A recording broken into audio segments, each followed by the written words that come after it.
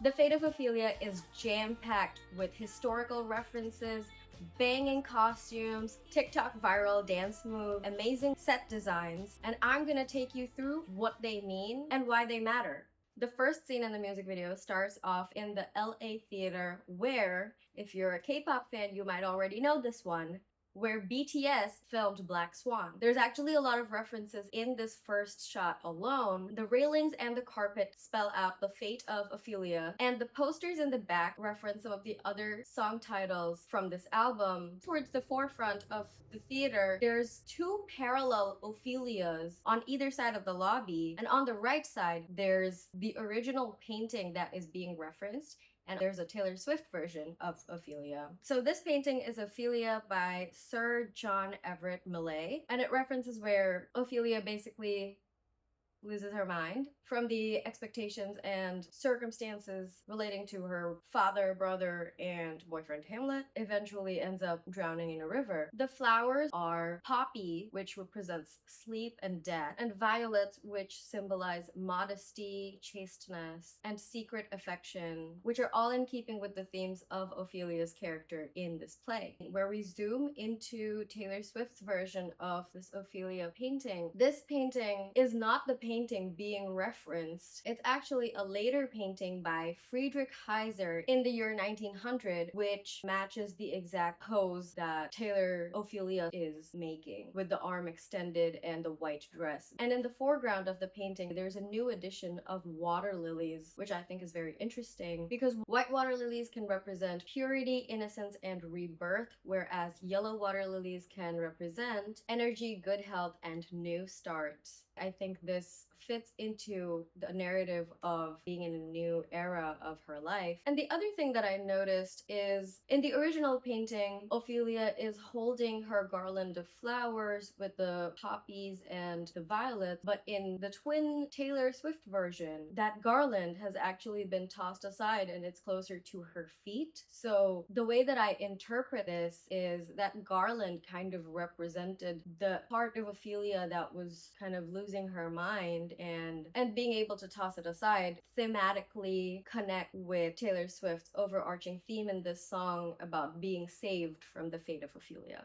I really love the fact that the front part of the painting, that's a plank in the foreground and not even part of a painting. I love that. And it's the first allusion to a lot of more very creative theater sets we're going to see. And I love that she went with this theme for two reasons. One, because Life of a Showgirl, a thespian, an actress in a theater is a certain kind of showgirl. And also because with this specific song, you're referring to Ophelia from a Shakespearean play. So I think it's very smart that she went with this direction with the video. And now there's a flurry of activity going on in the background. And I think that's what Taylor Swift loves to do with her videos and her music best, is like you have to be a critical consumer in order to kind of enjoy what she's putting out. And I think she really pushed herself as a creator. So there's the megaphone, there's a bunch of backup dancers in the background who were kind of posing and doing their thing in between the curtains. Now this painting, I could not find any references to this anywhere on the internet. I've scoured and scoured. If we go into analyzing this shot, we can see the background is very gloomy. There's clouds approaching in the background. The planes are very dark neutrals. There's scattered housing. It's not very heavily detailed. The focus is towards the foreground where Taylor Swift is standing in a balcony and with her arm outreached. And there's a reference to her cat, of course, Olivia. She actually baked the bread that's in this part, which is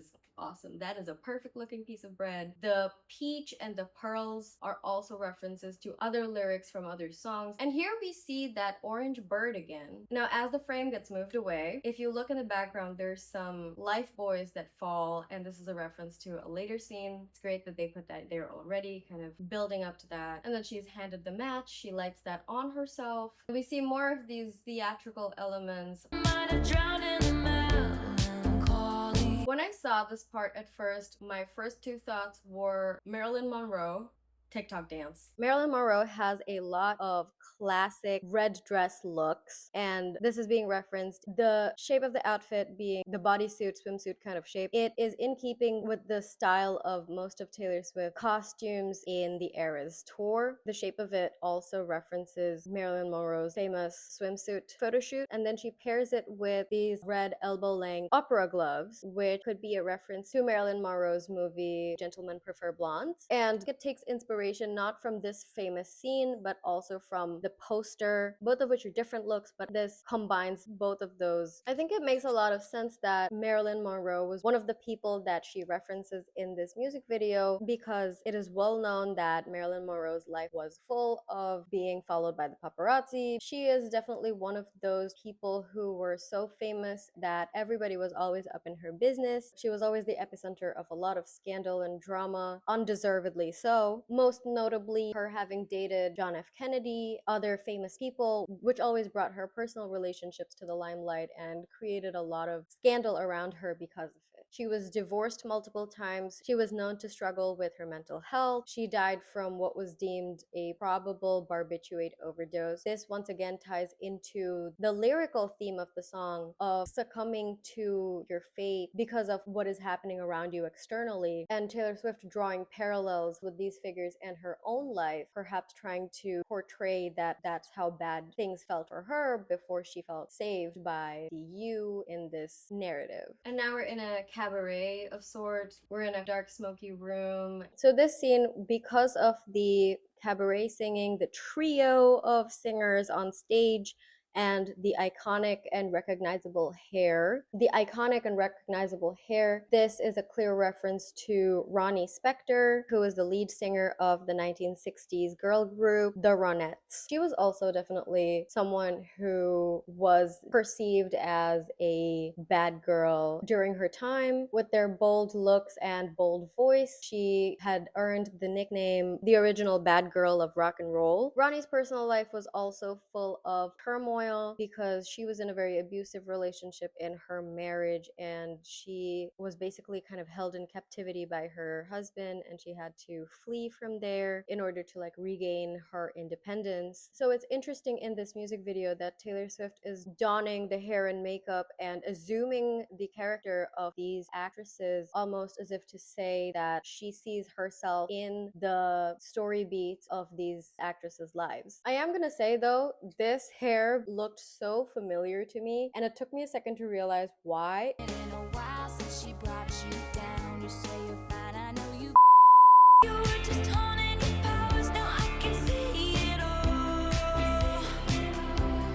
This was so obviously curated to be a TikTok dancer. This is actually a phenomenon that we see in media more and more now in the last few years, where horizontal media is created with vertical viewing in mind. As this choreo is happening, and we get this kaleidoscope effect that kind of looks like we're looking at it through a gemstone. And I love the fact that she brought along all of her dancers, and she mentioned this in a video that her dancers are a big inspiration for this album. Really lived in fantasy, but love was a cold bed full of scorpions. The venom stole her sanity. So there is so much going on in this scene that I love. And this scene reminds me of some of the theatrics of the Eras tour in certain songs. It's Smallest Man Who Ever Lived, and tolerated the storytelling through choreography. And there was a lot of theater that was happening in these performances. So we're seeing this back and forth between Shakespearean plays and on-stage theater performances and live performance.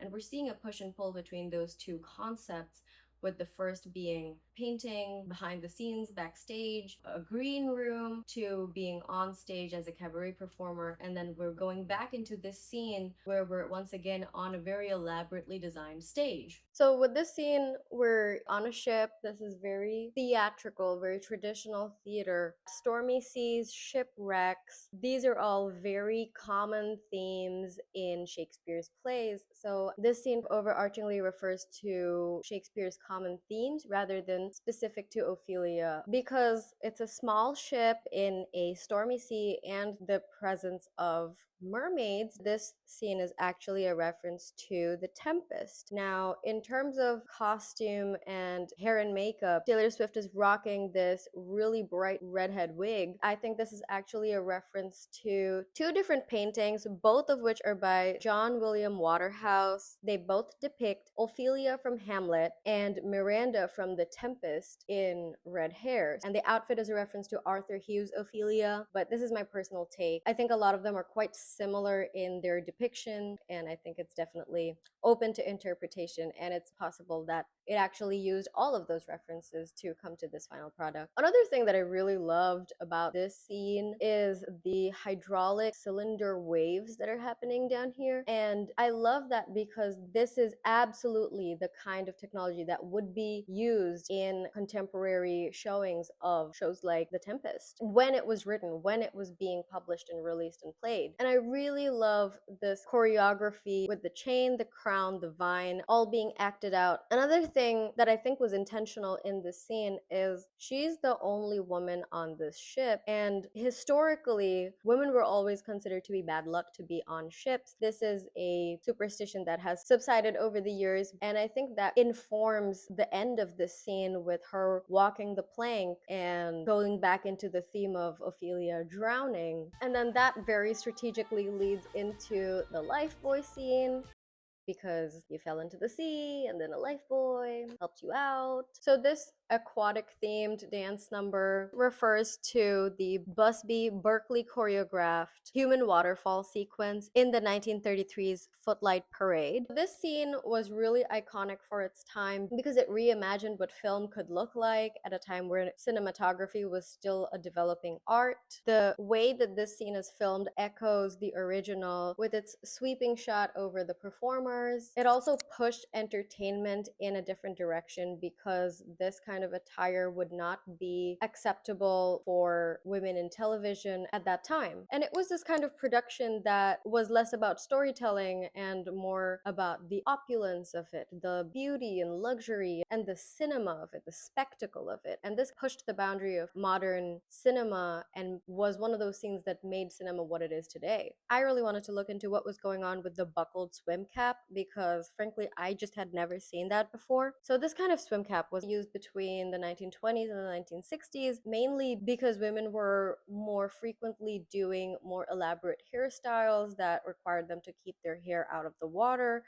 Visiting the pool had become more of a community socializing thing. She's wearing the Eras Tour finale coat. So this scene with Taylor Swift in a dress of ropes and the two men doing her makeup, it's not a very obvious reference, but because she has a song, Elizabeth Taylor. Elizabeth Taylor is famously known for acting in Cleopatra, and one of the posters of the movie Cleopatra involved her in a similar position and the two men being close to her face. The black hair, the very thick underlined eyeliner, all of these reference Elizabeth Taylor. So this scene is referencing the fly system that goes on backstage in a show, and a fly system basically is a whole set of ropes which are hoisted or pulled up and down to control your curtains and other props and set pieces coming down or up.